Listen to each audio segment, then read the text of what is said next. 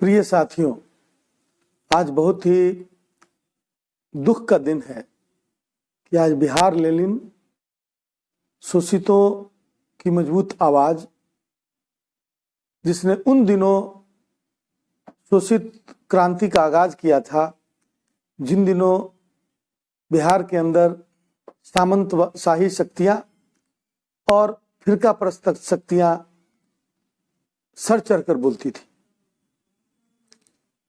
आज ही के दिन उनकी शहादत हुई। आज ही के दिन समाज के सामंतवादी वर्गों से लड़ते हुए और सामाजिक और आर्थिक पिछड़ेपन की लड़ाई को एक मुकाम तक पहुंचाते हुए जगदेव बाबू को कुर्था ब्लॉक में आज ही के दिन उनकी साजिश के साथ सरकारी तंत्र को मिलाकर और उनकी हत्या कर दी गई। कहते हैं कि शहीदों की शहादत कभी बेकार नहीं जाती। अमर शहीद जगदेव प्रसाद की हत्या, उनकी शहादत बेकार नहीं गई।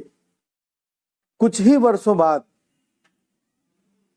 सामाजिक न्याय का आंदोलन बिहार में लालू प्रसाद जी के द्वारा शुरू किया गया और उसे अंजाम तक पहुंचाया गया। लड़ाई वही थी, लेकिन माहौल बदला हुआ था। जिन दिनों जगदेव बाबू की हत्या हुई थी, समाज के छूटे हुए लोग, शोषित समाज के लोग उतने जागरूक नहीं थे, अत्याचार को सहते थे। उनको जगदेव बाबू प्रेरित करते थे कि अत्याचार मत सहो, प्रतिकार करो। और जगदेव बाबू के इस प्रयास को विफल करने के लिए उन ताकतों ने उनका अंत कर दिया।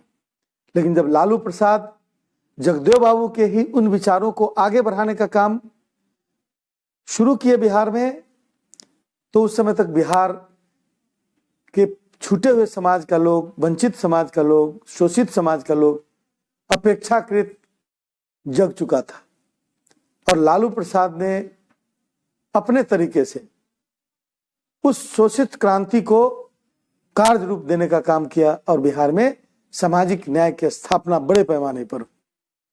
लेकिन मेरा मानना है कि सामाजिक न्याय का वह आंदोलन भी अभी तक अधूरा है, क्योंकि मौका मिलते ही वैसी ताकतें हमारे ही भाइयों के कंधे पर बंदूक रखकर और हम पर गोली दाग रही हैं। आज आरक्षण समाप्त हो रहा है, संविधान में संशोधन के नाम पर जाने क्या क्या हो रहा है। बाबा साहब अंबेडकर के द्वारा दिए गए सिद्धांतों को और संविधान में दिए गए प्रावधानों को बारी बारी से समाप्त करने की कोशिश हो रही है। और जो कुछ बचा हुआ है वह इंटरप्रिटेशन, उसका रॉन्ग इंटरप्रिटेशन, उसकी गलत समीक्षा करके उसके फैसले गलत ढंग से किए जा रहे हैं। आप व्यवहारिक रूप से महाविद्यालयों में, उच्च शिक्षा में जो एडमिशन हो रहा है समाज के छूटे हुए लोगों का, संविधान के तहत होना चाहिए था, लेकिन संविधान के उस क्लॉज का जिसमें रिजर्वेशन का प्रावधान है, उसका रॉन्ग इंटरप्रिटेशन, उसकी गलत समीक्षा करके और हर बहाली में, हर एडमिशन में प्रतिकार करने की जरूरत पड़ती है। और पिछले दिनों विधानसभा में ऐसे सवाल उठाए गए, बीपीएससी के रिजल्ट रोक दिए गए और उसमें सुधार किया गया। जो गलती की, जिन लोगों ने गलती की, क्या उसे सजा मिली?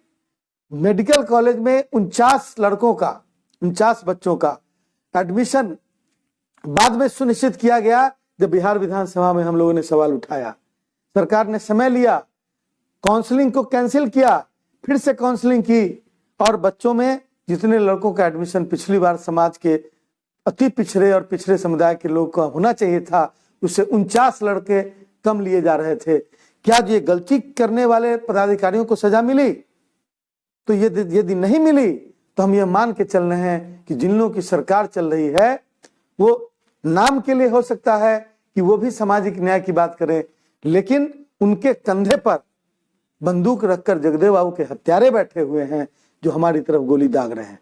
हमें सतर्क होने की जरूरत है और ऐसी शक्तियों से निजात पाने के लिए इस बार के विधानसभा चुनाव 2020 में इस सरकार को अपदस्थ करें, एनडीए सरकार को अपदस्थ करते हुए राष्ट्रीय जनता दल और उसके अलायंस की सरकार को स्थापित करें, तभी बिहार में जगदेव बाबू के सपनों का बिहार बन पाएगा।